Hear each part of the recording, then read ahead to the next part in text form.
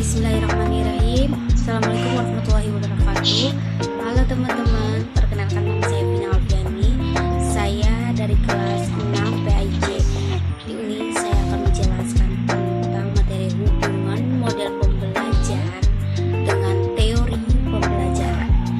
Yaitu yang pertama tentang model pembelajaran dimaknai sebagai suatu objek atau konsep yang digunakan untuk mempresentasikan sesuatu yang nyata dan dikonversi untuk sebuah bentuk yang lebih komprehensif menurut Mayer W.J. 1985. Nomor 2. Yang kedua yaitu model pembelajaran adalah suatu perencanaan atau suatu pola yang digunakan sebagai pedoman dalam perencanaan pembelajaran di kelas atau pembelajaran dalam tutorial dan untuk menentukan perangkat-perangkat pembelajaran, termasuk di dalamnya buku-buku, film, komputer, kurikulum, dan lain-lain sebagainya.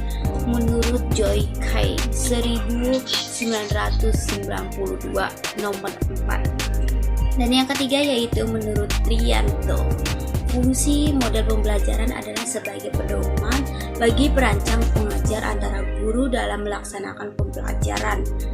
Dalam fungsi ini antara guru dan siswa ya. Dan yang kedua tentang pengertian teori pembelajaran.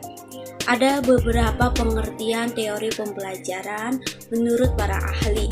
Yang pertama yaitu Anthony Robbins mendefinisikan teori pembelajaran sebagai proses menciptakan hubungan antara sesuatu pengetahuan yang sudah dipahami dan sesuatu yang baru.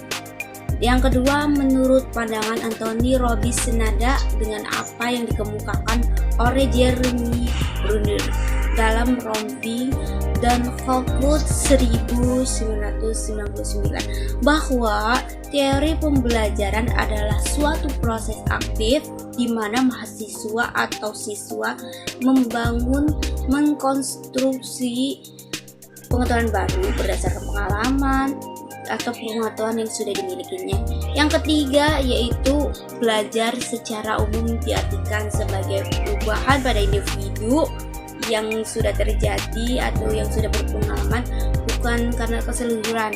Jadi teori pembelajaran ini diartikan sebagai tumbuhnya karakteristik seseorang sejak lahir menurut Slavin tahun 2000 nomor 141.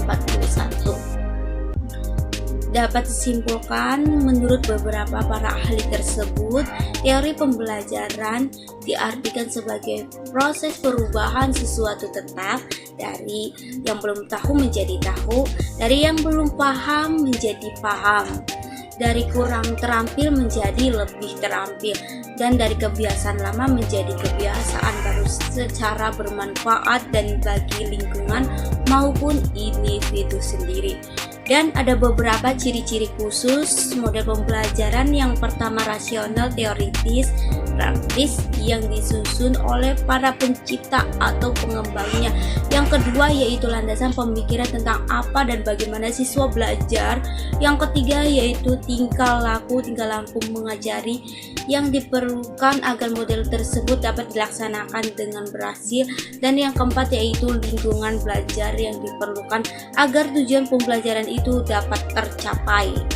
Kemudian hubungan antara teori pembelajaran dan model pembelajaran itu teori pembelajaran where Harvey theoritis dan model pembelajaran pada teori ini merupakan akibat antara interaksi antara stimulus dan respon. Menurut Slavin tahun 2000, teori ini juga mengutamakan pengukuran sebab karena pengukuran merupakan suatu hal yang penting antara terjadinya perubahan tingkah laku tersebut. Model pembelajaran yang tepat adalah model Teacher Thinker Learning atau TCL.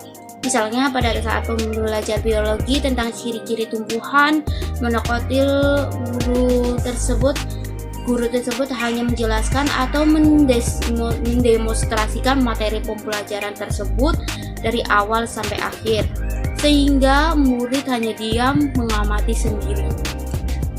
Teori yang kedua yaitu teori kognitif dengan model pembelajaran kognitif ini didapatkan model yang tepat untuk teori belajar kognitif, yaitu model Pennsauernism atau pemrosesan informasi proses model, dan masih banyak lagi tentang pengertian ini. Dan kesimpulannya yaitu teori pembelajaran dengan hubungan model pembelajaran itu sendiri sangat penting satu sama lain agar pembelajaran menjadi lebih mudah, lebih dipahami oleh siswa. Teori pembelajaran penting dan sangat dibutuhkan dalam melancarkan sebuah kegiatan pembelajaran. Dalam hal ini, teori pembelajaran menjadi bahan penentuan tujuan serta menjadi metode, isi, situasi, media, secara evaluasi yang diperlukan dalam pelaksanaan pembelajaran selanjutnya yang bisa direncanakan, dan sangat penting memahaminya sehingga kita bisa melaksanakan dengan baik dan benar.